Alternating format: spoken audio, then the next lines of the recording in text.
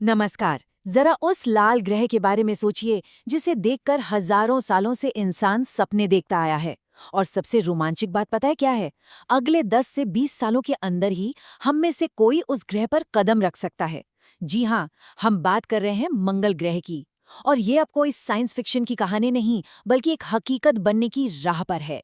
तो एक सवाल मन में आता है ना, कि आखिर जब हमारे पास पृथ्वी जैसा इतना शानदार घर है, तो हम इसे छोड़कर कहीं और क्यों जाएं?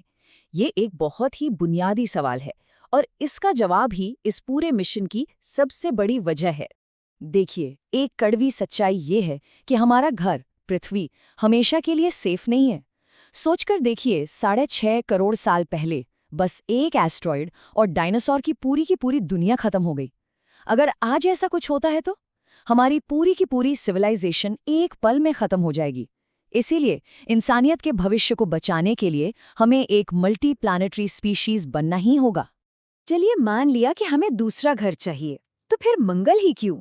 हमारे सोलर सिस्टम में तो और भी प्लैनेट्स हैं। उनमें से ज्यादातर या तो भट्टी की तरह गर्म है या बर्फ से भी ज्यादा ठंडे। और जुपिटर या सैटर्न जैसे ग्रहों की बात करें तो वो तो गैस के बड़े बड़े गोले हैं। वहां तो पैर रखने के लिए जमीन ही नहीं है। तो चलिए अपने सबसे करीबी पड़ोसी वीनस यानी शुक्र ग्रह को देख लेते हैं। वहां का एवरेज टेम्परेचर 450 डिग्री सेल्सियस है। मतलब इतना गर्म कि लेड यानी सीसा तक पिघल जाए। और हवा में सल्फ्यूरिक एसिड के बादल। वहां जाने का मतलब है सीधी मौत।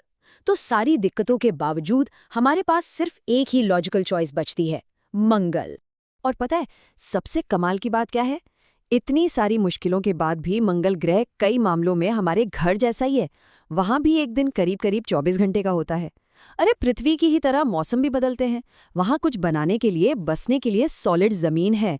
और सबसे सबसे जरूरी चीज, पानी। पोल्स पर और जमीन के नीचे बर्फ की शक्ल में पानी मौजूद है।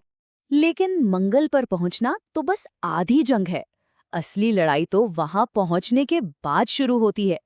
ये एक ऐसी दुनिया है जिसका माहौल, जिसका वातावरण हर पल जान लेने पर तुला है। यहाँ सरवाइव करना बच्चों का खेल बिल्कुल नहीं होगा। सबसे पहली चुनौती, ठंड। मंगल का एवरेज टेम्परेचर है -60 डिग्री सेल्सियस। जरा सोचिए, अंटार्कटिका भी इसके आगे गर्म लगेगा। और कभी कभी तो ये पारा लुढ़क कर -125 डिग्री तक चला जाता है। हड्डियां जमा देने वाली ठंड। फिर है वहां का एटमॉस्फेयर।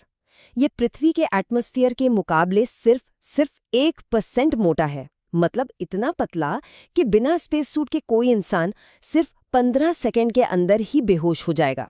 और ये जो पतला सा एटमॉस्फेयर है ना, उसका भी 95% हिस्सा कार्बन डाइऑक्साइड है।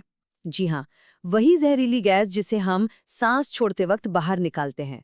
मतलब वहां की हवा में सांस लेने का तो सवाल ही पैदा नहीं होता। और फिर है एक अनदेखा दुश्मन, रेडिएशन।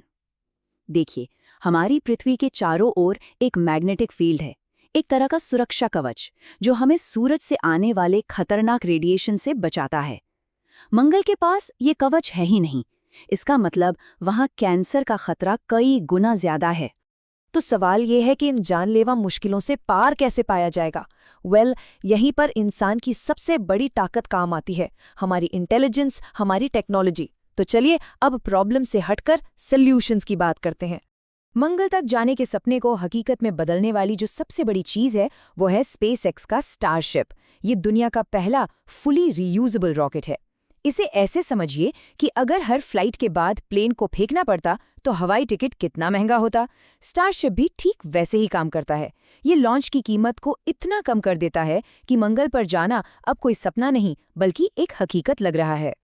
अच्छा, मंगल पर लंबे समय तक टिके रहने का सिर्फ एक ही तरीका है, और वो है इन सिटू रिसोर्स यूटिलाइजेशन या ISRU। ये सुनने में थोड़ा मुश्किल लग सकता है, पर इसका मतलब बहुत सीधा है। वहीं के रिसोर्सेज यानी संसाधनों का इस्तेमाल करना। आप किसी अनजान आइलैंड पर सालों का खाना पानी साथ लेकर तो नहीं जा सकते ना। आपको वहीं चीजें ढूंढनी होंगी। बस मंगल पर भी यही करना होगा। तो सबसे पहले घर, ये कैसे बनेंगे? प्लान ये है कि हमसे पहले वहां रोबोट्स पहुंचेंगे।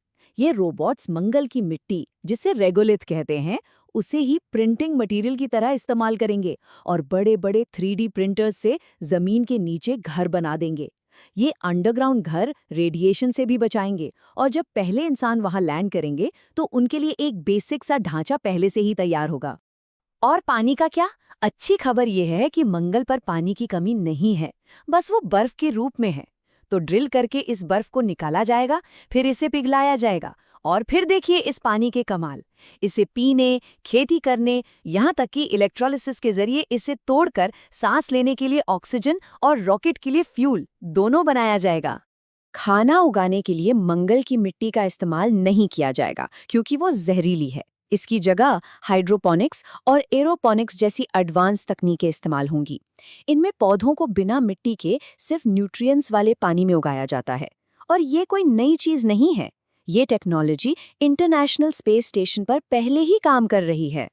तो ठीक है, रहने, पीने, खाने का जुगाड़ हो गया, लेकिन इंसान सिर्फ जिंदा रहने के लिए नहीं बने हैं। हम सिविलाइजेशन बनाते हैं, समाज बनाते हैं।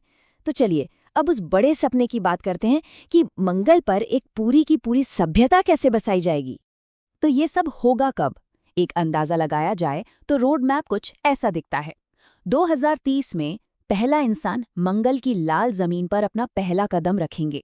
2050 आते आते वहां एक परमानेंट कॉलोनी बन चुकी होगी और इस सदी के खत्म होने तक हम शायद मंगल पर हजारों लोगों का एक सेल्फ सस्टेनिंग शहर देख पाएंगे। लेकिन जैसे ही एक नया समाज बनता है, कुछ बहुत गहरे सवाल भी खड़े होते हैं, जैसे कि नई दुनिया पर शासन कौन करेगा? मंगल पर कानून क्या होंगे? देखिए, आज की आउटर स्पेस ट्रीटी के हिसाब से कोई भी देश चांद या मंगल पर कब्जा नहीं कर सकता। तो क्या इसका मतलब यह है कि मंगल पर बसने वाली कॉलोनी पहले दिन से ही एक आज़ाद सोसाइटी होगी? और जरा ये सोचिए, मंगल पर पैदा होने वाला पहला इंसान कैसा होगा? वो टेक्निकली पहला मार्शियन होगा, पहला मंगलवासी। पृथ्वी से बहुत कम, सिर्फ 38% ग्रेविटी में बड़े होने की वजह से उसका शरीर, उसकी हड्डियां, उसकी मांसपेशियां हमसे बिल्कुल अलग होंगी। ये शायद इंसानियत के एवोल्यूशन का एक नया चैप्टर होगा। और आखिर में आता है सबसे बड़ा, सबसे महत्वाकांक्षी सपना, टेराफॉर्मिंग। इसका मतलब है मंगल को ही धीरे धीरे बदलकर एक दूसरी पृथ्वी बना देना। हाँ, ये एक ऐसा प्रोजेक्ट है जिसमें शायद सैकड़ों या हजारों साल लग जाएं। लेकिन सोचिए, एक ऐसी दुनिया बनाना जहां लोग खुली हवा में बिना स्पेससूट के सांस ले सकें। मंगल को बसाना सिर्फ एक टेक्नोलॉजिकल अचीवमेंट नहीं है, ये इंसान के जज्बे की कहानी है। हम वो प्रजाति हैं जो कभी हार नहीं मानती, जो हर चुनौती का सामना करती है। ये उसी सफर का अगला पड़ाव है। और आखिर में बस इतना ही कि कोई भी चीज़ इम्पॉसिबल सिर्फ तब तक होती है जब तक कोई उसे पॉसिबल बनाकर नहीं दिखा देता।